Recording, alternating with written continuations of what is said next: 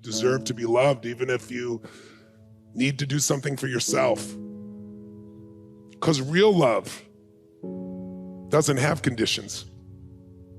Real love takes joy when someone is happy, whatever it takes, even if it means being apart from you for a period of time or even forever. Otherwise, it's not love. It's the selfish desire to get what you want, whether it makes someone else happy or not. Some of you are in relationships where you're committed to the ship and not the relations. You're committed to the institution and you forgot the person. Because you don't even meet the person anymore. You meet your story about the person because you've told it to yourself so many times, so everything is seen through that filter. If you think someone is your dear, dear friend and they're loving and they're generous and they're a beautiful soul and one day they treat you like shit, you'll be shocked and you'll be angry. And if you can't resolve it and you have to leave to go deal with something, you'll generalize their behavior later on. And you'll say they're probably having a bad, what? How many of you had a day where you hope somebody generalized your behavior as just a bad day? But if somebody, you think that they don't care, or they're selfish, or they're mean because you've generalized about the human being. Because by the way, you can find selfishness in anybody if you look for it, including yourself. Whatever you look for, you're gonna find. Can you find beauty? Can you find love? Can you find generosity in any human being, yes or no? Sir John Templeton is probably one of the greatest investors in history. People don't know his name. He started out with nothing. He wasn't Sir, he wasn't from another country, he came from the US. And he decided that he wanted to understand wealth, and so he saved $10,000, a huge amount of money in those days. And when Hitler invaded Poland, he developed a belief. His belief was, you make your money in times of maximum pessimism. Like if you were around in 2008, 9, you remember what it was like, right? Yeah. You could have bought, the Sands in Las Vegas, you could have bought their stock for $2.28. Today it's $67. Wow. It's a 3,000% return. It's not bad. You could have bought Citibank for less than $1, right? So people in those times, he understood that. And so what he did was, and everybody thought the world was gonna end, he took $10,000, he bought every stock on the New York Stock Exchange that was $1 or less, including companies everybody thought were going bankrupt. But when things are bad, people think it's gonna be bad forever. When things are good, they think it's gonna be good forever. And they're always wrong, life's cyclical. So there's a season for everything. So once we got through World War II and went a few years later, guess what? Those same stocks made him a billionaire. So when I asked him, I said, what's the secret to wealth? His response when he touched me, he goes, you know it, you teach it. I said, what's that? He said, gratitude. And I said, why do you say that? He said, because if you got $1 billion and every day you live pissed off and frustrated, the quality of your life is called pissed off and frustrated. Right. But if you have nothing, but you're euphorically grateful for whatever you have, you're the richest person that you're gonna know. He said, so it doesn't matter how much money you got if you don't have gratitude. So I do the same thing, by the way. I have a process I call it priming, where I get up every morning, I do mine in the morning, I do this radical change to my body, kind of alter my state, and then I do 10 minutes, I never miss, and my first 3.5 minutes is what I'm really grateful for. And I make myself think of at least one of those 3 that's something really simplistic, instead of something giant, the wind on my face, the look in one of my kids' eyes, something of that nature. And then I do 3 minutes of strength and healing, and I do 3 minutes of when I'm gonna create my world. And I do that for a minimum of 10 minutes every day, because I believe you have to condition it. You don't just hope that stuff shows up.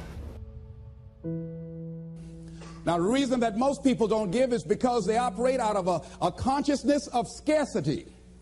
They don't believe that there's enough to go around. They can't see themselves having the capacity to give. They don't believe that they have anything to offer.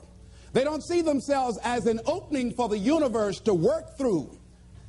So if you begin to look at this new era that we're in, begin to see yourself as an opening for the universe to move through, to work through, to make a difference in life. See yourself being used by life to improve the quality of life, to expand and to grow. Most people have a very limited view of themselves and a very limited view of the universe, do not see their relationship to the universe, and cannot see how energy and things can flow through them. I love Gibran and the prophet. Then said a rich man, speak to us of giving, and he answered, you give but little when you give of your possessions, but it's when you give of yourself that you truly give. Gibran goes on to say that those who give little of the much which they have, and they give it for recognition, and their hidden desire makes their gifts unwholesome. And we know people who give only to be recognized. I love that old saying, judge a man not by what he does, but by that he doesn't have to do. And to judge the true quality of a man is what do you do when nobody's looking. Gibran goes on to say something else important. He says, and there are those who have little and give it all. These are the believers in life and the bounty of life. See, most people don't give, ladies and gentlemen, because they don't believe in life. Most people don't give because they don't understand the abundance in life. And so they go through life holding back on life, not understanding this also, that what you hold back from life, life holds back from you. So most of us go through life, ladies and gentlemen, not giving, and we're cheating ourselves, and you're also cheating life. See, I believe that all of us have some work to do. I strongly believe that each one of us showed up to do something, that each one of us showed up to contribute something to life. And that if we don't do it, it will not be done. See, no one is going to give Les Brown's speech. No one is going to write your book. See, if you've been given something to do, and if you don't do it, what you're doing is short-circuiting the flow of the universe.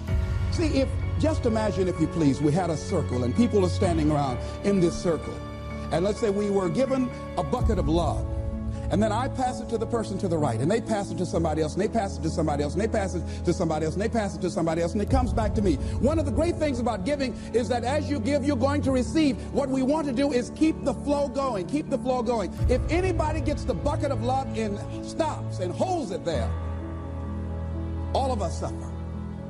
They've short-circuited the flow. They've stopped what was going on, the energy that was going around.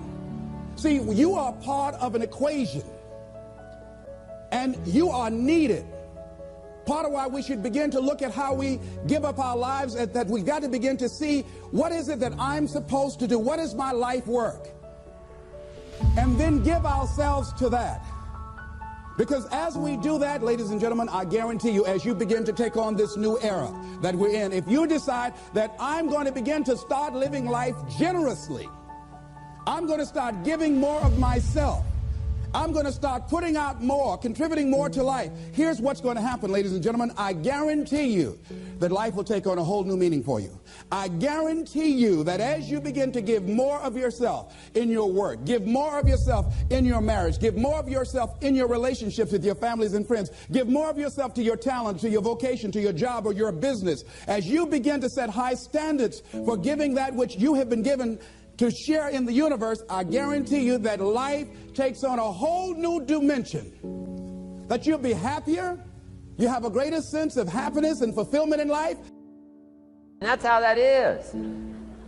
Well, then how do you get more money? Simple answer. Somebody says, well, I'll go on strike for more.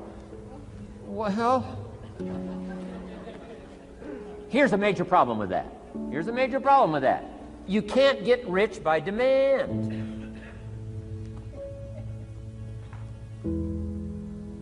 Somebody says, well, I'm waiting for a raise. I'm telling you, it's easier to climb than to wait for a raise. Why not just become more valuable rather than wait? I'm telling you, that's the key to all good things. Becoming more valuable. Why would we pay somebody $400 an hour?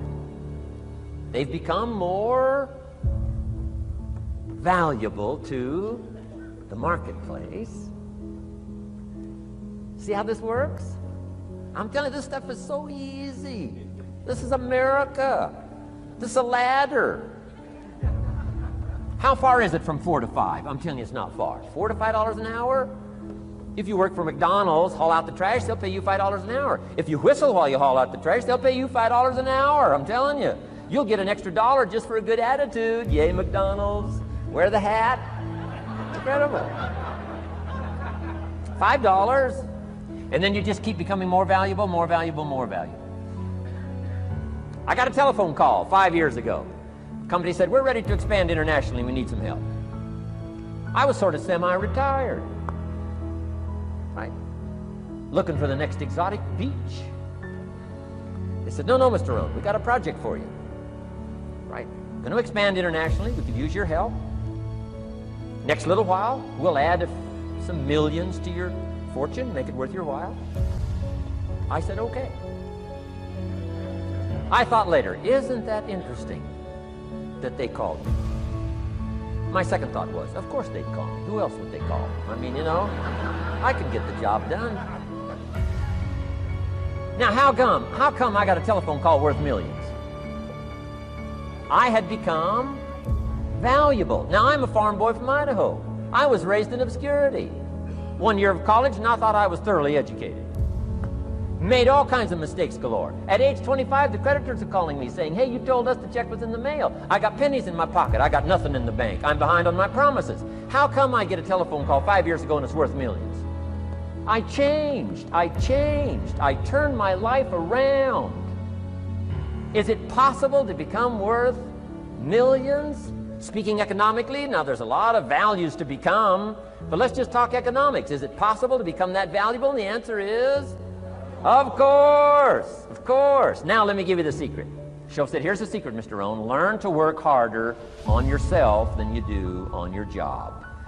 Once I got that, it turned my life around. Learn to work harder on yourself than you do on your job. People want to know how to stop the laziness, and they want to know how to stop the procrastination. And, they have some idea in their head, some kind of a vision of what they want to do. But they don't know where to start. They don't know where to start it, They don't know where to start. And so they say, hey, where do I start? And when's the best time to start? And I have a very simple answer for that. Here and now. That's it. You want to improve? You want to get better? You want to get on a workout program or a clean diet? You want to start a business? You want to write a book or make a movie or build a house or a computer or put together some mobile application? Where do you start? You start right here. And when do you start? You start right now. You initiate the action aggressively. You go. Because the idea isn't going to execute itself. And the book isn't going to write itself. And the weights out in the gym, they're not going to move themselves. You have to do it, and you have to do it now. And that means you got to stop thinking about it and stop dreaming about it and stop researching every aspect of it and reading all about it and debating the pros and cons of it. Just start doing it. Take that first step and make it happen. Get after it. And get after it here and now.